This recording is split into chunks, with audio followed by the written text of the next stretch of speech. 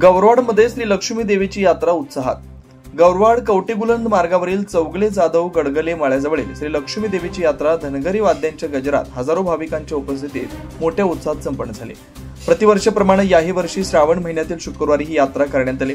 चौगले जाधव गडगले माळ्याजवळ गौरवाड औरवाड कवटेबुलंद भागातील शेतकऱ्यांचं मोठ्या प्रमाणात शेतीचं क्षेत्र आहे। हे सर्व तसेच तिन्ही गावातील ग्रामस्थ लोकवर्गणी काढून दरवर्षी येथील लक्ष्मी देवीची यात्रा करतात। यानिमित्त शुक्रवारी सकाळी देवीची विधिवत पूजा अर्चा करून महिलांच्या हस्ते ओटी भरण्यात आली।